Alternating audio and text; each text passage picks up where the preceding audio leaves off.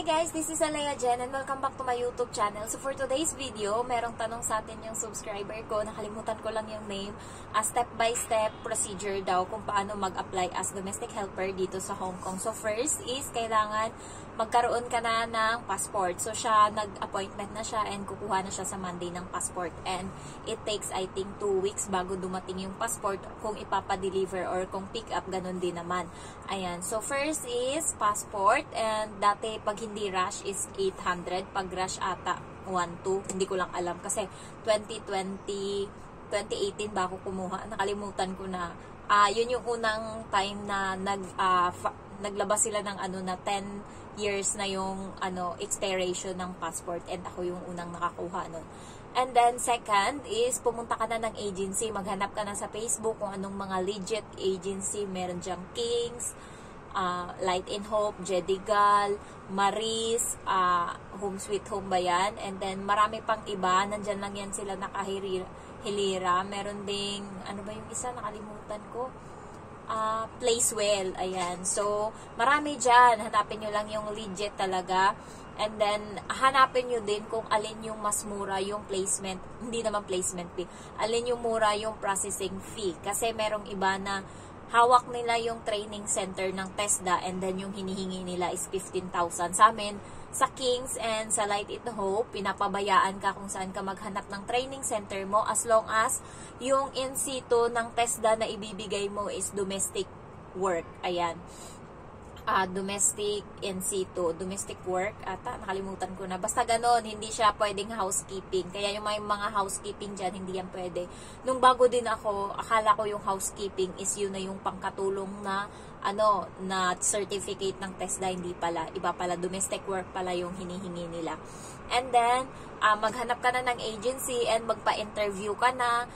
Yun yung una mong gagawin. Huwag ka munang kumilos ng iba, unahin mo munang magpa-interview, maselect, ayan. Pag naselect ka na ng broker dito sa Hong Kong or agency dito sa Hong Kong, kasi bago ka magkaroon ng employer, kailangan merong agency na hahawak sa'yo at ibibenta or imamarket dito yung sarili mo para makakuha ka ng employer. Kaya kailangan pagpunta mo sa agency, magpa-interview ka, and then pag nakapasa ka, bibigyan ka nila ngayon ng list of requirements. Ayan. Pwede ding sa Light in Hope kasi binibigyan kami, sa Kings.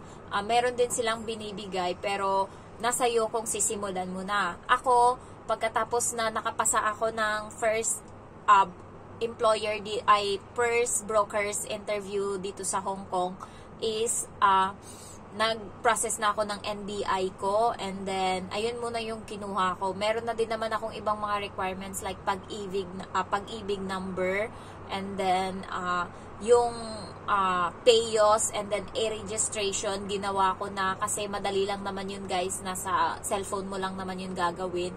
So ginawa ko na yun, and then nagpa-interview uli ako kasi sa Light in Hope maraming agency ng Hong Kong na hawak sila, parang 6 ata. So una nagpa-interview ako sa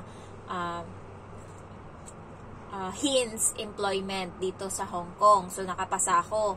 Tapos 1 linggo hindi muna ako pumunta doon, nagpahinga ako kasi napagod ako. Next linggo pumunta uli ako, next Wednesday pumunta ako. Tinanong ko yung agency kung anong agency yung mag-e-interview ngayon. Baka kasi Hin's uli, so galing na ako doon, hindi pwede. Isang beses ka lang pwede magpa-interview sa agency ng Hong Kong na ini-schedule nila. And then yung sabi niya, yung susunod is Asia Selective. Ayun talaga, personal pupunta yung may-ari ng agency sa Hong Kong doon sa Pinas para personal niya kayong makita and interviewin. Parang na-challenge ako kasi nung una is through WhatsApp ata yun or Skype yung ginawa namin. So, gusto kong maranasan ngayon yung personal akong ini-interview. Parang na-challenge yung yung sarili ko. So, pumunta ako, and alas 6 pa lang, kailangan nandun na ako. So, maaga ako gumising guys, 5:30. So, 6:30 nandun na ako. 7 kasi magpipill up pa doon ng mga form kasi yun yung babasahin ngayon ng interviewer. So pagdating doon, pinunta kami sa taas na building, parang 14th floor ata. Doon kami pinag-antay sa couch. And then, dumating nga yung, yung Chinese na mag-i-interview. And, ang tagal guys, alas 2 na ng hapon, pa lang yung na-interview niya, 10. And inuuna nila yung mga ex-abroad. Kaya yung mga first-timer kawawa, hindi na nga natanggap, huli pa in-interview. Ganun kasi talaga, ex-abroad yung pina-priority. Kasi parang sa 100%, ang natatanggap na ex-abroad, 90 or 80%. Ganun kalala. Alam mo, sila, 20 sila. Isa lang yung hindi natanggap. The rest, tanggap sila. Yung isa, natanggap siya, kaso yung passport niya, hinihingi ngayon ng agency for assurance na, yun nga, itutuloy niya yung pag-a-apply. Kaso, ang nangyari, yung passport niya is nasa ibang agency din. So, the rest, nag-back out din siya. Wala siyang nagawa kasi kailangan ng assurance na yung passport kailangan kuha or kahit may copy ng passport. Wala siyang copy ng passport, nag-apply siya doon, wala siyang dalang passport, kaya hindi rin siya natuloy. Ex-abroad siya. Yun pala yung mga papers niya is nasa kabilang agency siya. Nandun.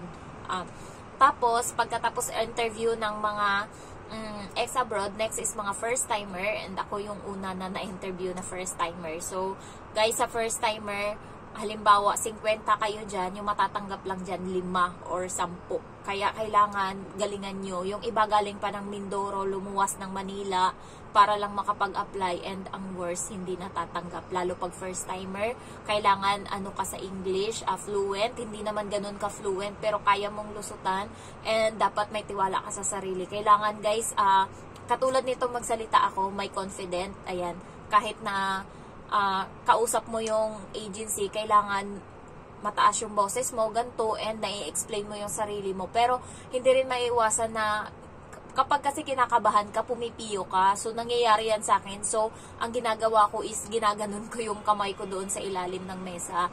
And, tinatry ko uli na i-boost yung sarili ko and hindi kabahan. So, mapipressure ka talaga, lalo pag maririnig mo, may hindi natanggap, may ganyan, may ganyan. So, kailangan na-challenge ka, and malaki yung tiwala ng agency ko sa akin kasi narinig na nga nila ako nung in-interview ako sa Hens, kasi doon lang sa table na nandun yung parang opisina, isang buong kwartong malaki and opisina, nandun yun din yung mga applicant and nandun din yung mga office kasi marami silang mga mga hawak, merong mga barista, kung ano-ano sa mga panlalaki, mga mason doon sa mga Saudi Arabia na part. So, nung in-interview kami ngayon, doon sa Hens is nakahilera lang kami doon katabi nila kasi nga ino-occupy yung kwarto sa loob, nag-uuwa. So, doon kami sa labas in-interview, and then nakita nila or naano nila na yung passion ko talaga na makapasa, nandun talaga, yung boses ko malakas, and ang ko sa English, yun nga, presence of mind. Sinasabi ko nga doon sa kaibigan ko, nakapasa din siya, nandito na din siya sa Hong Kong, pero ibang agency, sa King siya, kasi hindi siya nakapasa sa Light in Hope, and nahuli siya sa akin ng 2 months. Sabi ko sa kanya, kasi pinauna ko siya ng interview bago ako, sabi ko sa kanya, lakasan mo yung boses mo, lakasan mo yung boses mo, and hindi niya nilalakasan. So, ang ginawa ng agency is parang inaartihan nila na kunwari putol-putol yung salita nila, and then sasabihin nila, okay, thank you. Ibig sabihin nun, kapag guys, technique dyan ng mga agency or ng mga employer, kapag putol-putol yung sabi nila, kunwari hindi mo sila naririnig and hindi mo naiintindihan, ibig sabihin yan, hindi kanyan gusto. Ganun yung ginawa sa kaibigan ko, pinutol-putol nila kunwari. Pero nung ako na, ang lakas ng internet, kaya feeling ko, na nila, gamay na nila yung technique na yan. So, ayun nga, nakapasa ako sa interview ng Asia Selective, and then doon na nag-start yung process ko. Pero meron akong NBI, COA, nagawa na din ako, Certificate of Employment, na kunwari nagtrabaho ka sa Pinas ng 2 years as katulong, pero ikaw lang yung gagawa nun, and then PAYOS, and then A-registration, natapos ko na din. Huwag niyong kalimutan yung A-registration nyo guys, yung password, ganun, kasi importante yun, hinihingi yun ng agency, kasi nilalagay nila doon yung pag-ibig number nyo para kompleto na, and copy nyo yun sa ano ba tawag nun? Diyan sa nakalimutan ko, agency sa Pinas na may hawak ng mga ng mga abroad. Nakalimutan ko lang yung pangalan nyo, sa Ortigas. Ano ba tawag doon? Nakalimutan ko na. Ayan. So, next is, nung nagka-employer na ako, doon na nag-start, na sinabi ng agency ko, magbayad ako ng 5,000 sa medical. And then, nag-start na ako nag-medical and then nag-training ako ng TESDA. So, sinabay-sabay ko na lahat. Minsan, naglilib ako kasi nagtatrabaho pa ako noon. Naglilib ako para lang makapunta sa ganito, makapunta sa ganyan, or inaagahan ko pag alis. So, hindi pa rin siya nakakasagabal sa trabaho ko. Nagagawa ko pa rin yung trabaho ko ng maayos and hindi napapansin ng company ko na nag-a-apply pala. Nagulat na lang sila, nagkabulagaan na, nagpasa na ako ng resignation and resign na agad. So, 1 month yung pinasa ko pero 15 days pa lang, umuwi na ako ng probinsya kasi nga dumating na kaagad yung visa ko. So, kailangan ko man lang makita yung pamilya ko. Ayan. So, pagkatapos ng TESDA, nag-antay muna ako konti. And then, in-schedule ako ng PIDOS. Parang 1 week lang, PIDOS ko na agad. And then, 1 week, OWA agad. Ayan. So, ang bilis ng OWA ko kasi hinabol ng agency ko. Yung agency ko kasi dito sa Hong Kong, pinupukpok niya ng pinupukpok yung agency sa Pinas na pinapalo up niya ako always. Kaya sabi ng agency ko sa Pinas, parang obsessed daw sa akin yung agency dito sa Hong Kong. Parati daw akong pinapalo up.